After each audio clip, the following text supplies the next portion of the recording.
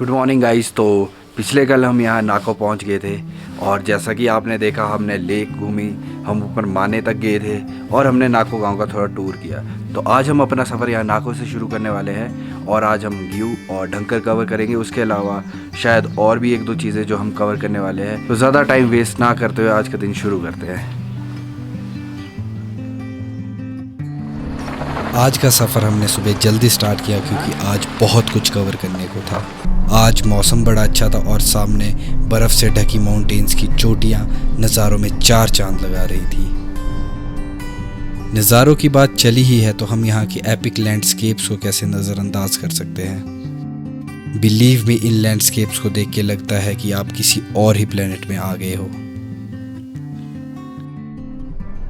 तो हम in landscape से क्रूज कर रहे थे और तभी हमारे साथ एक छोटा सा इंसिडेंट हो गया। ओए भाई, दिख ही नहीं रहा। बड़ी गलत जगह फंस गए। कोई नहीं, बड़े बहुत जगह है, कोई नीचे से आएगा। हॉर्न दिख गया रोड दिखा। यहाँ से काट तो अपने मैं तो काट दूंगा, मैं नीचे से ना आए कोई नहीं। मैं तो हॉर्न मारते काट। बस हो गया, आपके काटना। इस सिचुएशन से हम निकल चुके थे, पर मैं आपको यही बोलूँगा कि जब भी आपको डाउट हो तो थोड़ी देर रुक जाए। तो नाको की उतराई उतर के हम चांगो पहुंच गए हैं और यहाँ फिर से ग्रीनरी स्टार्ट हो गई है। सड़क के दोनों साइड ही सेब के पेड़ है और यहाँ के नज़ारे भी देखने लायक है। एज़ यूजुअल रोड्स बहुत प्यारे थे और हम आराम से अपने सफ़र का आनंद लेते हुए आज की अपनी पहली मंजिल की ओर बढ़ रहे थे।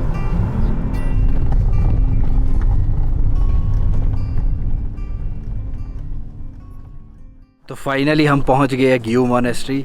आप मेरे पीछे देख सकते हैं। ये मॉनेस्ट्री अभी कुछ सालों पहले ही बनाई गई है और ये अभी भी कंप्लीट नहीं है। यहाँ कंस्ट्रक्शन का काम अभी भी जारी है, मगर बावजूद इसके बाहर से ये मॉनेस्ट्री बहुत ज़्यादा सुंदर दिखती है। ग्यू में कोई पुरानी मॉनेस्ट्री नहीं थी और ना ही ग्यू कभी अपनी मॉनेस्ट्री के लिए फेमस था। मॉनेस्ट्री के अलावा यहाँ पे एक और छोटा सा कैंपस भी है जहाँ पे मम्मी को रखा गया है। तो ये जो आप मेरे पीछे ये छोटा सा कैंपस देख रहे हैं, यहाँ पे मम्मी को रखा गया है जो फेमस मम्मी है ग्यू की। शांगा टेंजिन के इस मम्मी की खोज 1981 में हुई थी जब आईटीबीपी अपने बंकर्स खोद रहे थे। 2002 में ऑक्सफोर्ड यूनिवर्सिटी के रिसर्चर्स ने कार्बन 14 डेटिंग से ये पता लगाया था कि ये 1430 एडी से इस तपस्या की पोजीशन में बैठे हैं। हैरानी की बात तो ये है कि इस मम्मी की प्रिजर्वेशन के लिए कोई भी केमिकल्स यूज़ नहीं किए गए हैं, मगर फिर भी ये मम्मी इतनी अच्छी कंडीशन में।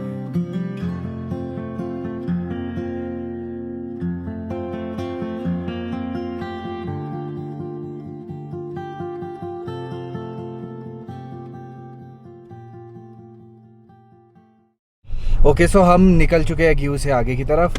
हमने यहाँ पे ड्रोन शॉट्स नहीं लिए क्योंकि यहाँ से चाइना बॉर्डर बहुत ज़्यादा नज़दीक है और ये थोड़ा रिस्ट्रिक्टेड सा एरिया भी है, तो हमने सोचा इसका ड्रोन शॉट रहने देते हैं। बाकी अभी चलते हैं, अभी हम ढंकर की ओर जाएंगे और अब देखते हैं ढंकर मॉनेस्ट्री।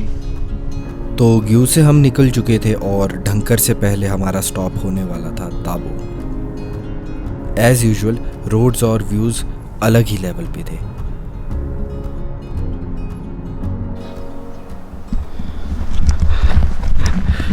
ओके गाइस, तो हम अभी चंडीगढ़ में हैं और आप सोच रहे होंगे यहाँ स्पीति में चंडीगढ़ कैसे आ गया।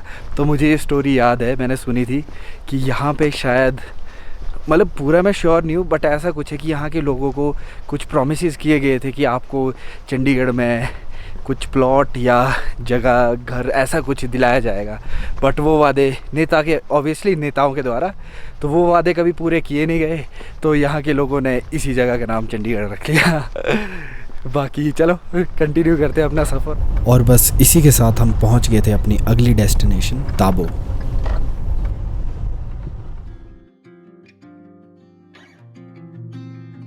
ताबो स्पीति रिवर के किनारे बसा एक छोटा टाउन है और ये अपनी 1000 साल से भी पुरानी मॉनेस्ट्री के लिए जाना जाता है।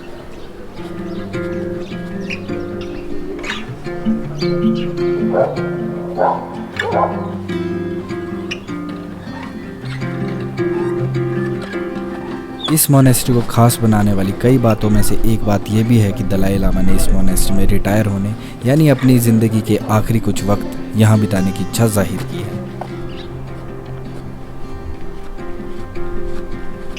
मोनेस्ट्री के अंदर छोटे छोटे कई मंदिर हैं जिन सभी पर मिट्टी के लेप का काम हुआ है। 1996 में यहाँ काल चक्र दीक्षा सेरेमनी दलाई लामा के द्वारा करवाई गई थी, जिसके बाद ही ये पूरे दुनिया के मॉन्क्स के लिए एक आस्था का केंद्र बना हुआ है। मोनेस्ट्री के प्रिजर्वेशन के लिए मॉन्क्स और प्रशासन ने पूरे प्रयास किए हैं, जिसका रिजल्ट हमारे सामने इस ब्यूटीफुल मोनेस्ट्री के रूप में दिखता है।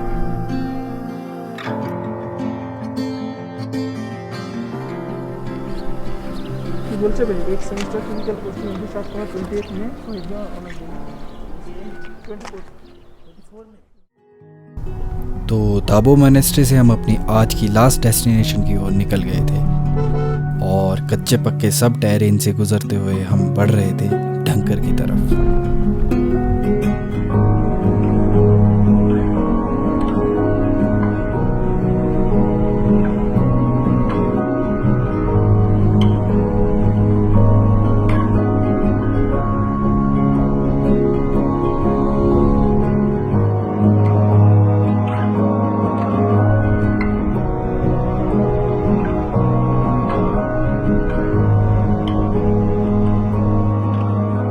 सो फाइनली हम पहुंच गए हैं ढंकर मोनेस्ट्री और अब जा रहे हैं हम मोनेस्ट्री के अंदर।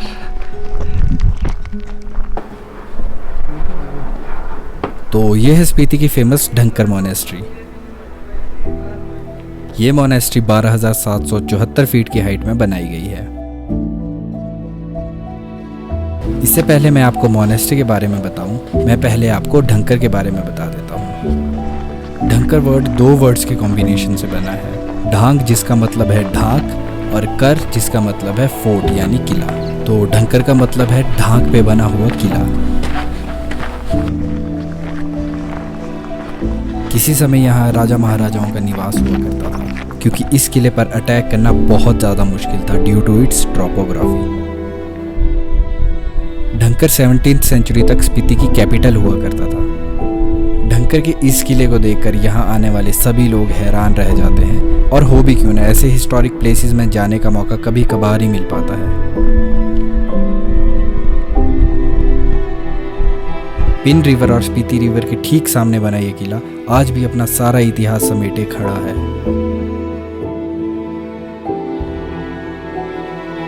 आई सीरियसली थैंक गॉड कि मैं ऐसे हिडन जेम को देख पाया और सैकड़ों साल की हिस्ट्री को इतने प्योर फॉर्म में फील कर पाया। पता नहीं स्पीति ने हमारे लिए और क्या क्या ट्रेजर छिपा रखे हैं।